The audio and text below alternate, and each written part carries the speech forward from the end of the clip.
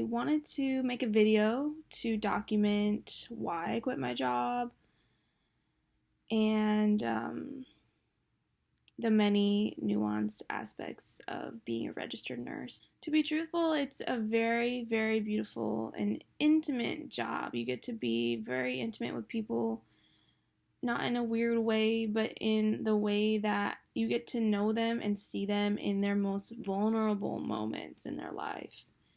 And it's quite an honor, honestly, to be able to tend to and serve people when they're very sick and when they're ill and when they are requiring hospitalization. I'm so thankful for everything that I've learned and all of the people that I've had the opportunity to serve and to interact with and to somehow impact their journey in any way. Unfortunately, I had to learn the hard way the true and real aspects of nursing burnout. Eventually, it became so bad that I decided to quit my job.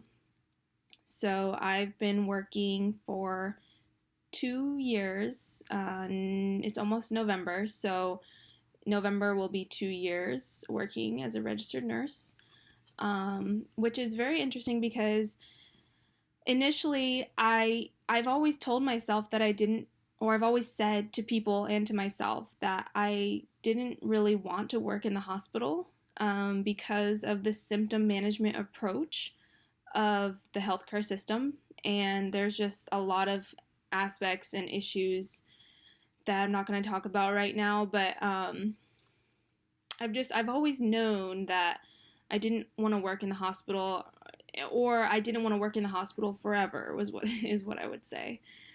But during my senior year of college, I had to choose a clinical preceptorship location and type, field of work. So, right, you can choose if you want to do labor and delivery, psychiatric nursing, medical surgical, all those different things, ICU, emergency room. So there was an option for like a psychiatric kind of community health option, but when I was making this decision, I realized the benefit of having medical surgical experience. A lot of seasoned nurses say that that's the best place to start, the general adult population, and I definitely agree. And that's kind of what led me to choose a medical surgical clinical preceptorship for my senior year. That was a really good experience. My preceptor was awesome. I was on the 3 to 11 p.m. shift, and I got to learn the basics of bedside nursing on a medical surgical unit, and that's kind of what led me to really think I needed to work in the medical surgical unit as a new grad. Was on night shift in the float pool for about 8 months. So I was floating from unit to unit. I would go to all of the medical surgical telemetry units. There was about 10 units that I could go to. So show up to work, go to the staffing office, and they would tell me where I'm going to go that day. It was very anxiety-provoking for me. I'm sure for others too, but I was always super nervous. Where are they going to send me? What is my night going to be like? I didn't never know what to expect. Eventually, after, towards the end of the 8 months, probably around the 6-month mark, I started feeling really depressed. My sleep schedule was horrible. I couldn't spend time with my loved ones. I just would do anything to switch to a day shift position. So I talked to my supervisor, and I had to apply 2 or 3 times before I was able to transfer to a day shift float pool position. So it took about 2.5 months before I was able to transfer to day shift. But as soon as I did, that was in July 2018.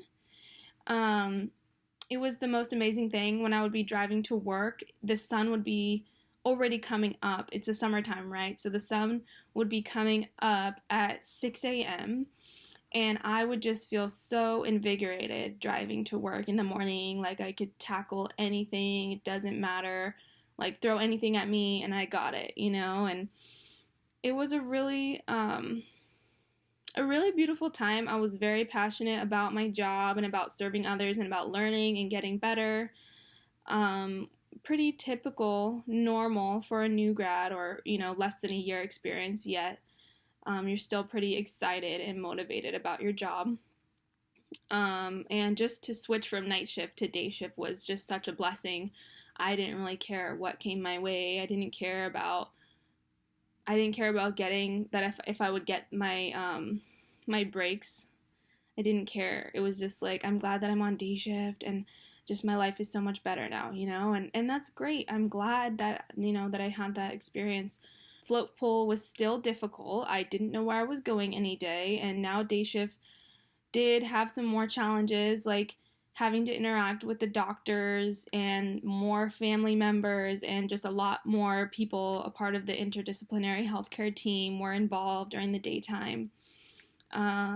Started feeling like I'm being stretched in a lot of different directions, getting behind on charting and things like this.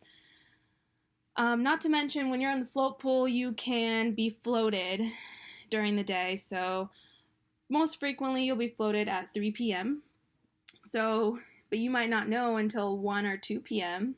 that you're floating. And if you haven't caught up on your charting, then you have to go somewhere else at 3:30 and get a whole new patient load and do charting on all of them as well. And it was really difficult when you would be floating. And honestly, I would probably, if I had 6 shifts in a 2-week pay period, I would say that I would float about 4 out of 6 days.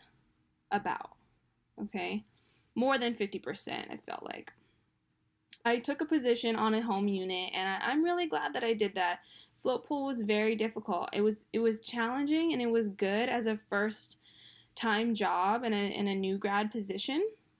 It was great to learn all of that. I was stretched, and I had to learn a lot of things in a very short period of time, more than I think I would have learned if I just started on one unit. Floating exposed me to a lot more things a lot quicker. So I'm so thankful for that opportunity, but it did wear me out, and I was really depressed. So anyways, so I got my job on my home unit, and it was really good, and it has been pretty good. Like, I love the patient load, or the type of patient, the patient population. We get a lot of elective surgeries and kind of walkie-talkie patients. They're typically not as sick on my floor because sometimes it's just for scheduled surgeries that the patient's not necessarily sick. They just, they can get a hysterectomy or something like this. So, and not all patients are that. My hospital has a very limited financial resources, and unfortunately, they don't have enough resources to provide designated nursing break relief. So the charge nurse usually, and now sometimes we get a resource nurse, are the ones that are supposed to be breaking everyone. And we just didn't have a good like policy or protocol regarding how to do that. And it became very difficult because there was just never necessarily designated break relief, and I don't know, I wouldn't get my breaks or my lunches until sometimes 4 or 5 p.m. I started at 7 a.m. Finally take my 10 or 15 minute break, hopefully around 12 or 1 p.m., and then my 30-minute lunch around 4 or 5 p.m. The rest of the time I'm running around like so crazy, stretched so thin. 4 patients means 4 doctors, 4 families, physical therapists, occupational therapists, social work, case management, dietitian, like all these different people. It's great because they're also having eyes on your patients a lot of the time during the day, but they're also interrupting you when you're with other patients and calling you. My phone rings probably at least 50 times in a day or more. I don't think that's an exaggeration. It's constantly ringing, people constantly calling you. It's very, very difficult to give one of my patients undivided attention for 5 to 10 minutes. It's very, very difficult. And so it's just over time that is very wearing you out. I'm not able to go to the bathroom. Sometimes I'm not able to get food, drink water. I end up with headaches by the end of my day because I'm not able to drink water.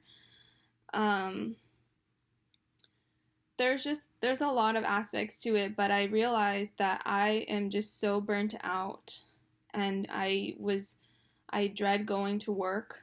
I'm thinking already ahead, like this was the example. I'm working on Monday, and I'm so excited because I'm gonna have Tuesday and Wednesday off.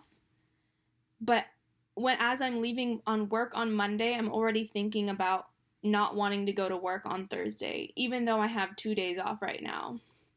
I'm thinking about, oh, I should call in sick on Thursday. Living with that type of dread for your job and for your work and what you do in a majority of your time, not to mention like the chronic stress and the gut wrenching and just my stomach was just always in knots, and I'm constantly thinking and overthinking and anxious. I started having a lot of stress dreams, and I actually started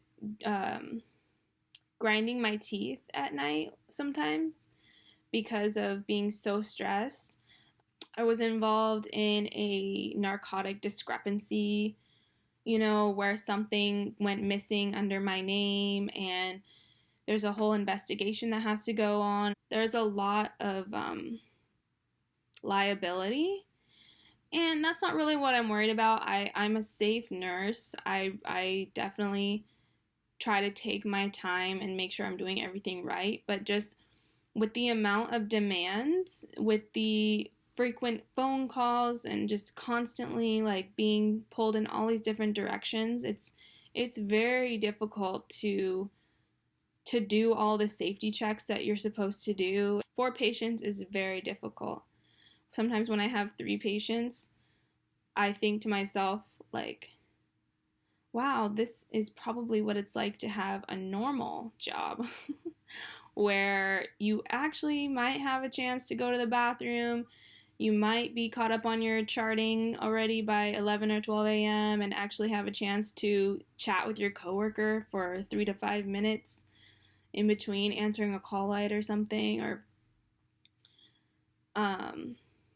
but there was no break relief. It's very difficult to get support from the charge nurse. Sometimes it depends who it is. And I just realized that the money and the benefits are not worth the chronic stress and my mental health and probably my physical health. I would get headaches, my lower back hurts. The next day after working, even one day, sometimes I'm just super beat and I can't think, and it's not worth it. So it was difficult. It was a very difficult decision to come to